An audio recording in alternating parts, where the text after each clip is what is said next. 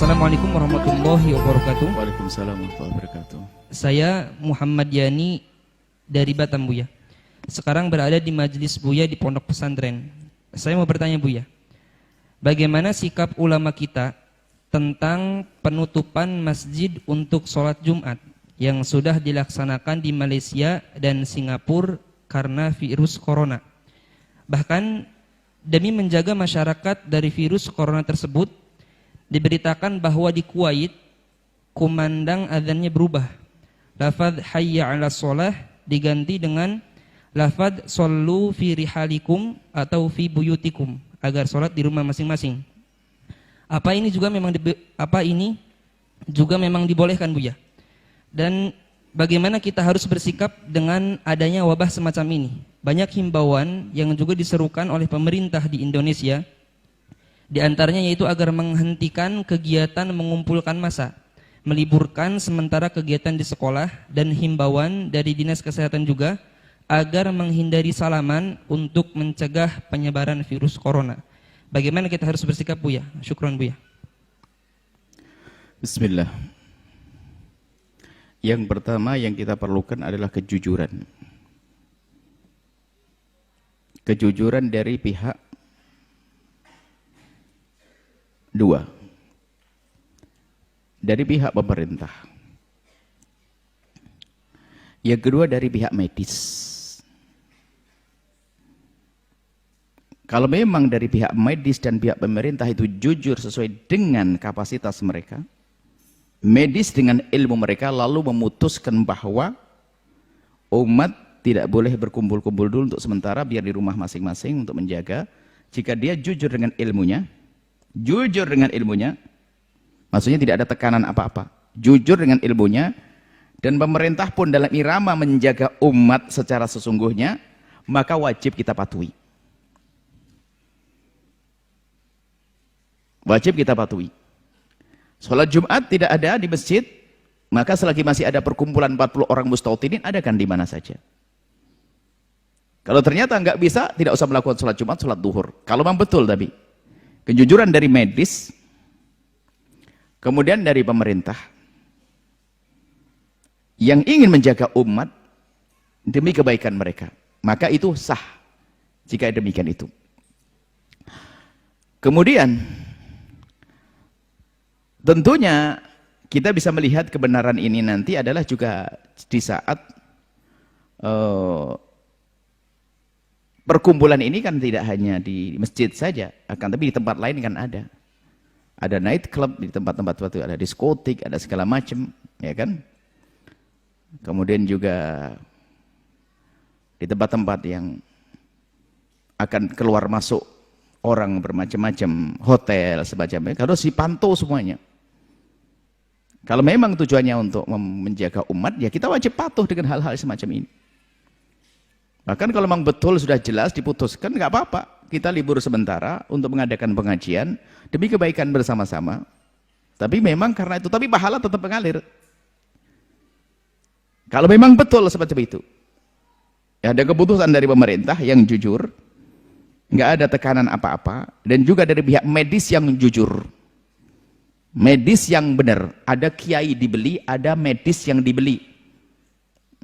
Tapi kalau kiainya jujur, maksudnya ya di sini perlu medis yang jujur sesuai dengan kapasitas ilmunya. Dia mengatakan memang begitu, ya kita wajib fas'alu ala dzikri in kuntum la ta'lamun. Kalau kau tidak mengerti, tanya ahlinya. Boleh yang semacam itu. Dan ini disamakan memang kalau memang ada uzurnya melakukan Jumatan itu banyak. Jadi orang melakukan Jumat itu banyak uzurnya. Uzur min a'dzari al-jum'ati, termasuk uzur meninggalkan Jumat adalah jika tidak aman di tempat tersebut. Aman itu macam-macam kisahnya. Termasuk begini bisa saja dianggap sebagai tidak aman, bisa saja. Dan tidak dosa meninggalkan Jumat kalau betul seperti itu. Ini jadi nggak usah umat Islam dengan ilmu nggak usah pusing begitu. Kalau Anda sholat di rumah masing-masing ya bisa lumayan dengan keluarga bercengkrama hari Jumat dan sebagainya. Tapi itu yang perlu adalah kejujuran dari pihak pemerintah dan ini. Nah kan kita tidak tahu jujur tidaknya, sudahlah. Kalau memang peraturan semacam itu, kemudian Anda tidak bisa melakukan Jumat, berarti itu uzur sudah, tidak usah khawatir. Kami himbau kepada Anda di Singapura, di Malaysia, kalau memang tidak boleh, ya tidak usah ke masjid untuk sementara. Bahkan mungkin dalam beberapa waktu Anda ditahan tidak sholat ke masjid karena demi kebaikan. Setelah itu akan muncul kerinduan yang luar biasa, yang dulu nggak pernah ke masjid jadi ke masjid setelah itu. Bahkan mungkin kalau ternyata majelis ini harus ditutup untuk sementara, kita tetap mengadakan pengajian, biar nggak ada yang hadir, Anda bisa dengan televisi di rumah Anda, sehingga semuanya akan hijrah membuang televisi yang nggak jelas, diganti dengan televisi Al-Baca. Wah, lumayan jadi baik kan? Nggak apa-apa, perlu ditutup kalau begitu pengajiannya. Biar semuanya merubah di rumah tangganya menjadi tontonan televisi yang positif. Setelah itu dibuka lagi, ada kerinduan lagi, ya nggak usah masalah. Jangan biasa membuat konfrontasi. Kalau memang keputusan itu nggak ada masalah keputusan. Saya tidak pernah, tidak sejauh prasangka buruk sana sini. Kalau memang keputusan seperti itu, patuhi saja.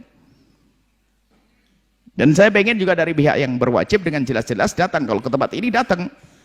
Kalau Anda pengen datang ke sini, jelaskan siapapun dari pihak berwajib, datangkan. Selagi belum didatangkan, kami menunggu. Kami rakyat, Anda pelayan saya, wahai para pejabat, kan begitu. Kami tugas saya menjadi pelayan Anda di dalam mengayomi masyarakat semacam ini, ngurusi masyarakat. Tapi Anda, wahai para pemerintah, wajib memberikan pengarahan kepada kami. Agar kami saat menjaga umat ini lebih benar, gitu loh. Ini kan ngurusi umat, ini ngurusi rakyat Indonesia Raya kan begini ini.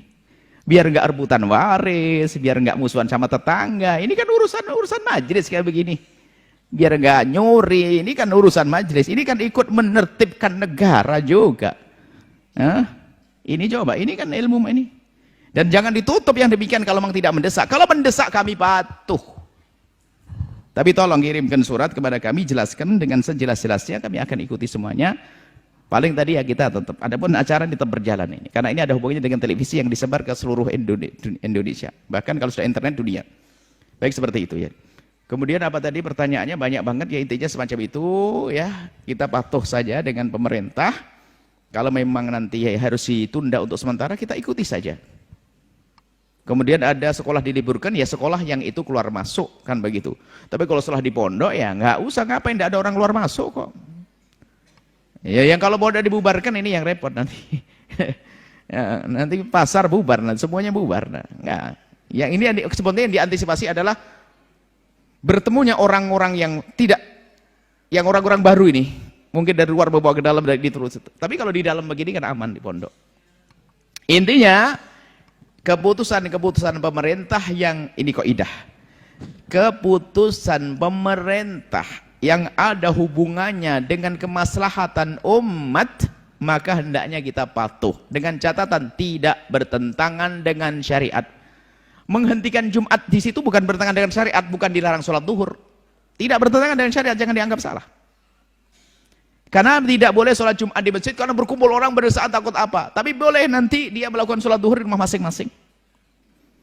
Jadi mohonlah dalam hal begini jangan dijadikan bahan untuk ribut saja. Dalam dunia fikih sangat mudah, sangat luas. Untuk melapangkan hati, ya, dukung pemerintah kalau itu demi kebaikan. Dukung pemerintah kalau itu demi kebaikan. Itu saja bisa kami sampaikan, ya. Semoga Allah menjaga. Masalah bersalaman, ya kalau memang, kalau masalah bersalaman, kami himbau deh untuk menjadi, saya bertanya kepada beberapa dokter, sebenarnya yang dihindari itu apa?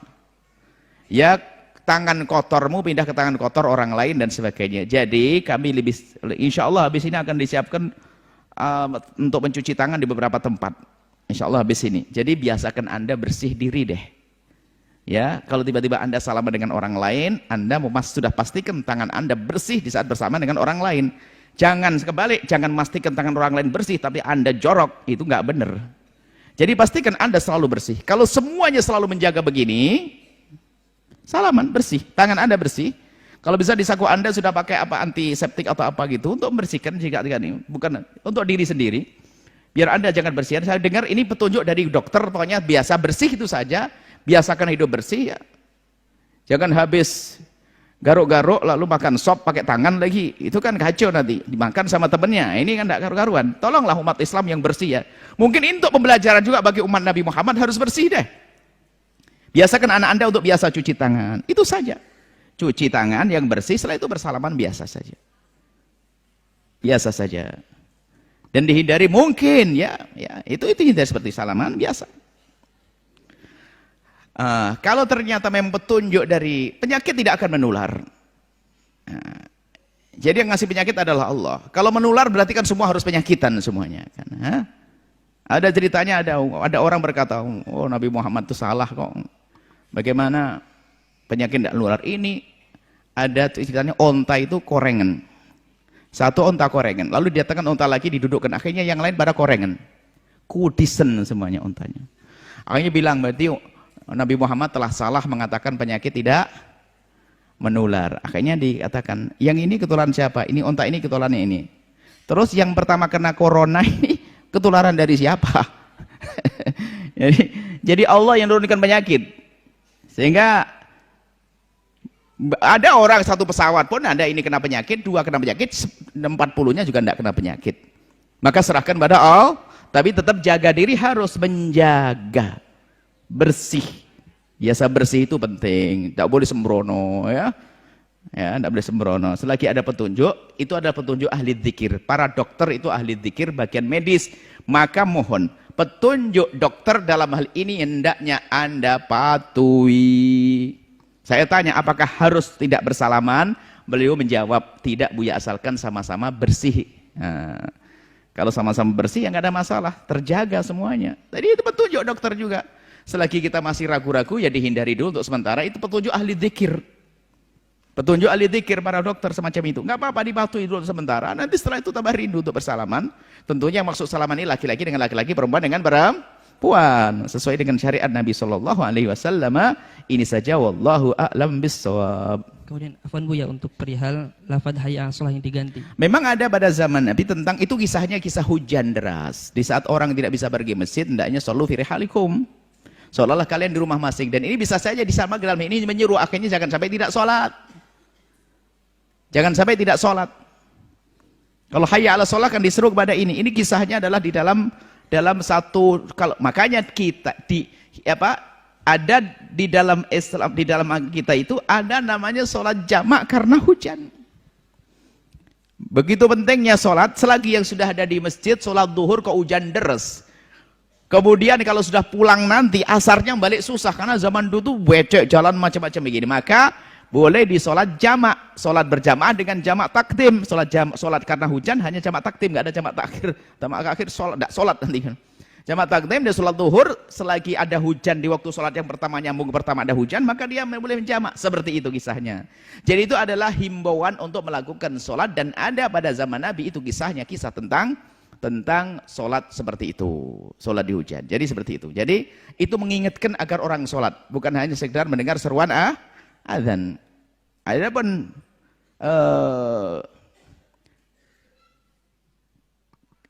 ada hal lain lagi ya mungkin ya, masalah-masalah semacam ini.